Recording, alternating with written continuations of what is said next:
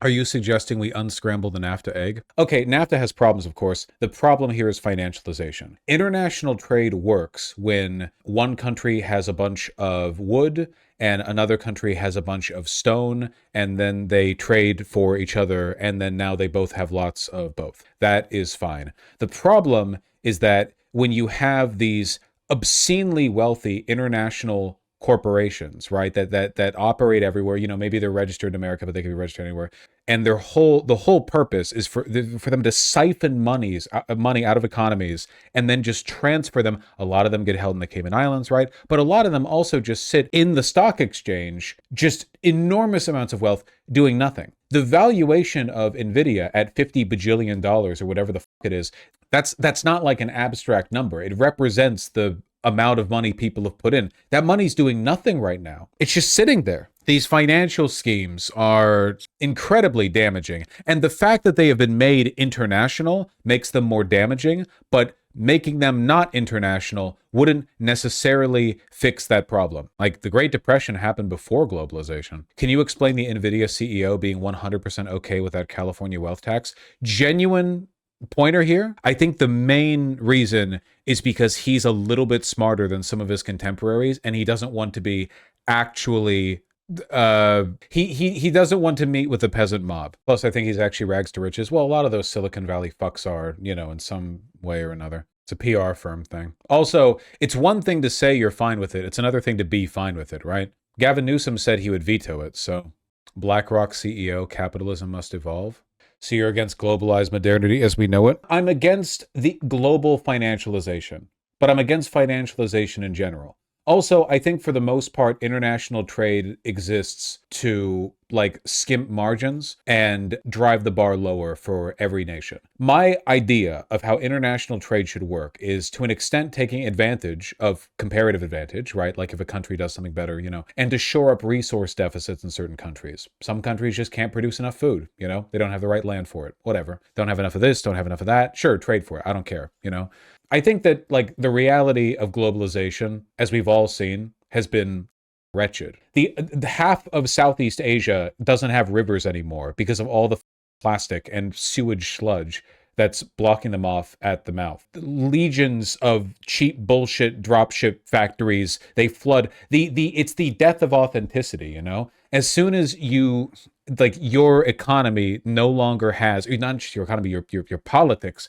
no longer have control over every aspect of what's produced or distributed within your country, you basically open the door to the bottom line falling. And there are ways to deal with this, certainly, but I think that the promise of globalization, for the most part, has not been met. What we wanted was for life to become plentiful and inexpensive, which is what should have happened.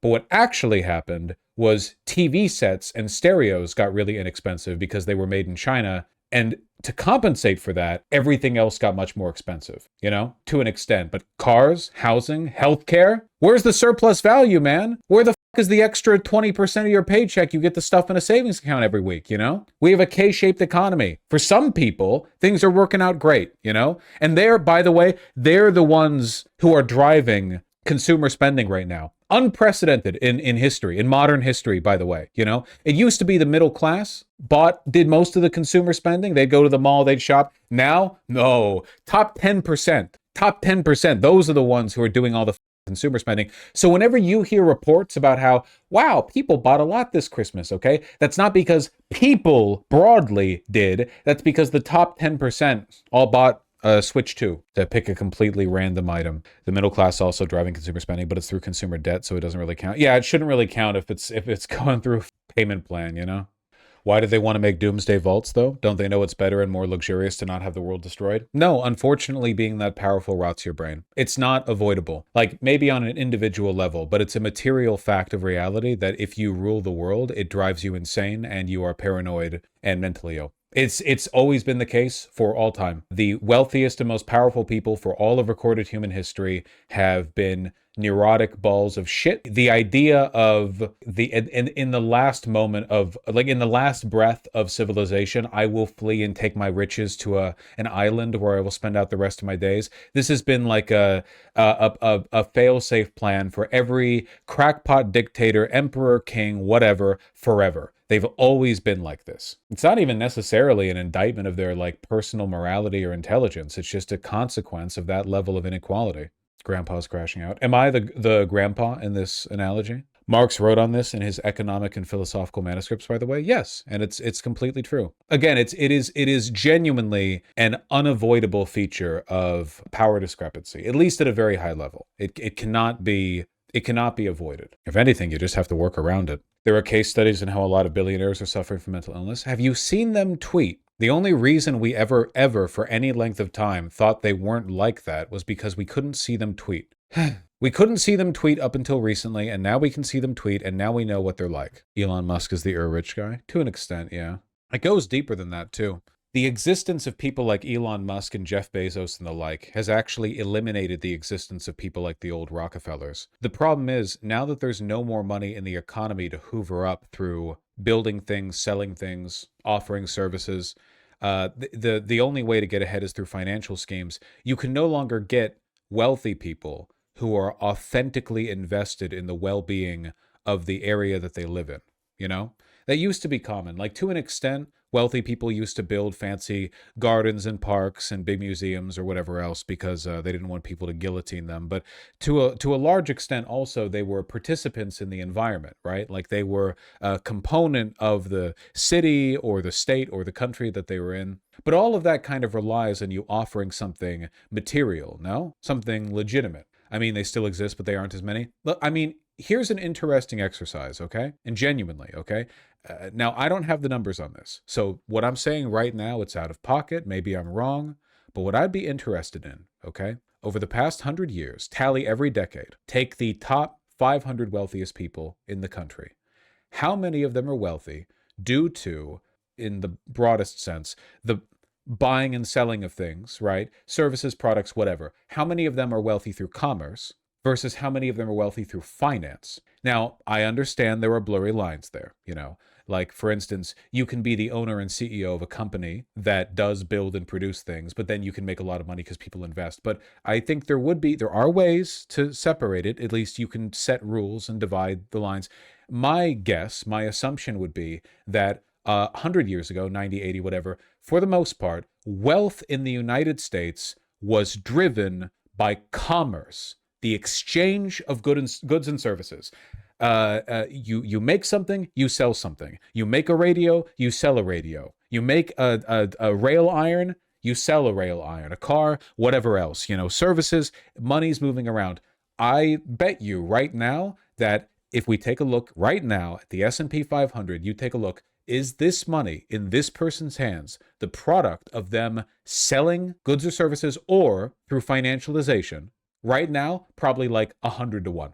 100 to 1 now. Like, there is no money anymore in just regular commerce. Now, you take a look at the top wealthiest people, all of them are just like, yeah, they're the CEO of this company that's valued at $50 trillion.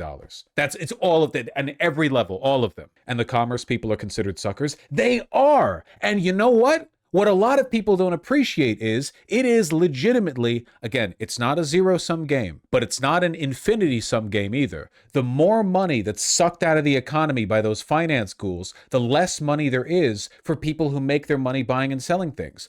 Look at Walmart, man. I know that Walmart or the Dollar Tree or whatever else, these companies, very, very evil, and they do make a lot of money. But if you look at the margins that they operate on, oftentimes the margins they operate on are razor thin. Yeah, we're talking like a couple of percentage points. They're saying that every day their finance people are looking like there is no money. Like, you could not make a profit in this country if you ran Walmart and you sold these plastic folding chairs for $7.99 instead of for $8.49.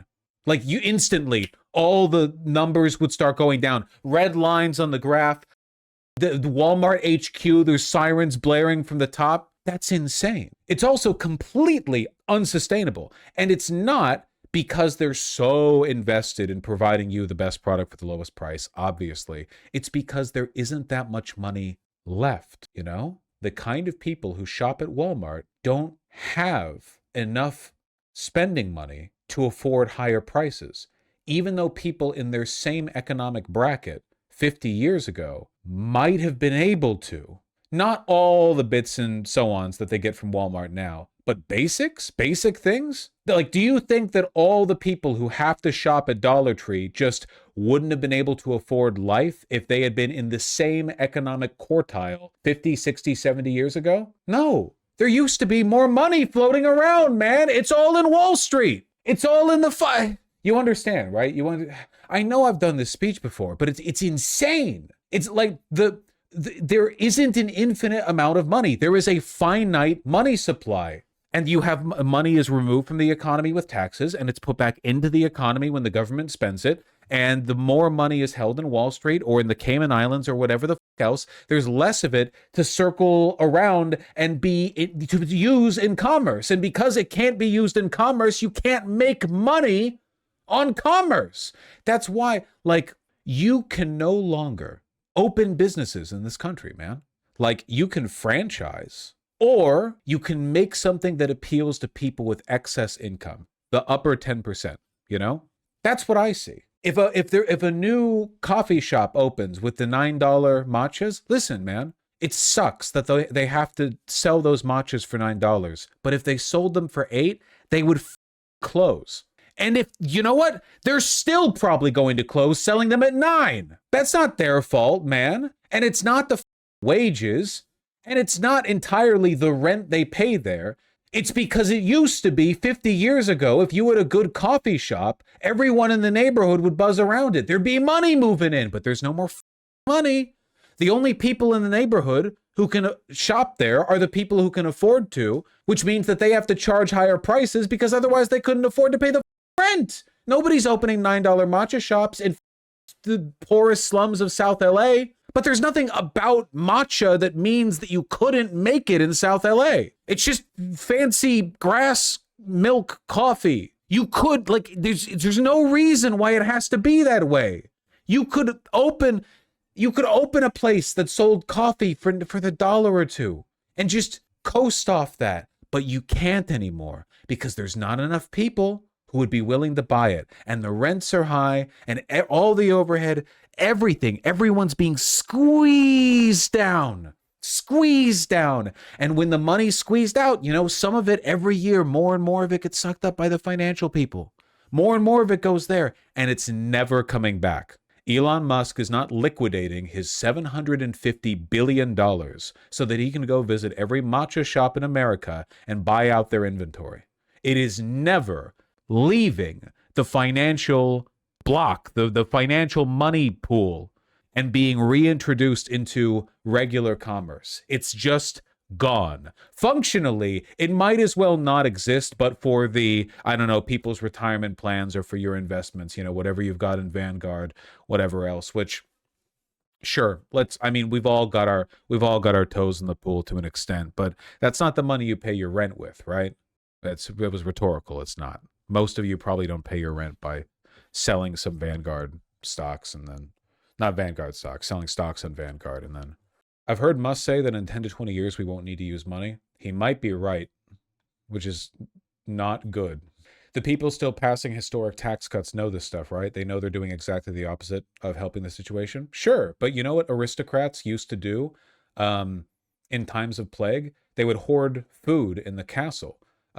Doctors, they wouldn't let any of it go out there. But my lord, if all the food is in the castle and the farmers can't eat it, who will be alive to pick the food for the next harvest? They don't care. They don't care. They do not care. They are not capable of engaging. They are not rational agents. They might as well be forces of nature. How do we stop this from happening next time? Unironically, my position is you just can't have debt.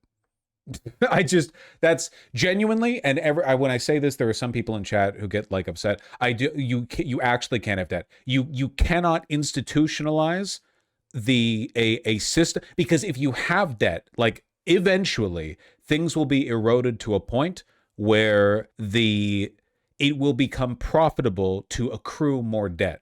Like there will be ways of leveraging it. And once you reach that point, the snowball starts rolling down the hill again, you know? But that's like a very big, that'd be difficult to implement. Is that why usury was against rules and religions? No. The economy 2000 years ago wasn't developed to the point where things could really reach this like financialization of the global economy point. Back then, usury was banned because it was mean. Like that was they didn't like it because it was mean to do to a person. But this isn't about, like, my problem isn't that it's mean, it's that it makes global death inevitable, right? Like it cements it sets us down a path that we must walk to its conclusion, and it's not good. It's a very nasty path. It's very stinky. Very stinky. Do you think a deficit hawk progressive Democrat could fix this issue? No, I don't. It's a snowball rolling down a hill. The only way to stop this in the long run would be to get rid of the hill, if that makes any sense. You need to you can't just stop the snowball. You need to find a way to make it impossible for it to continue of its own volition. It is true that Bill Clinton, for a time, ran a budget surplus and actually worked on lowering the debt. But we know exactly what Bill Clinton's economic reforms did to this country. So we know that in the long run, it wouldn't have worked. He was able to keep things. This is the best Democrats can offer you. They're more competent stewards of the apocalypse. Oh, they'll enable the financial schemes that guarantee economic oblivion, but they'll do it with some razzle and dazzle, and they'll do it so well that for a while you won't even notice how bad it's going to get.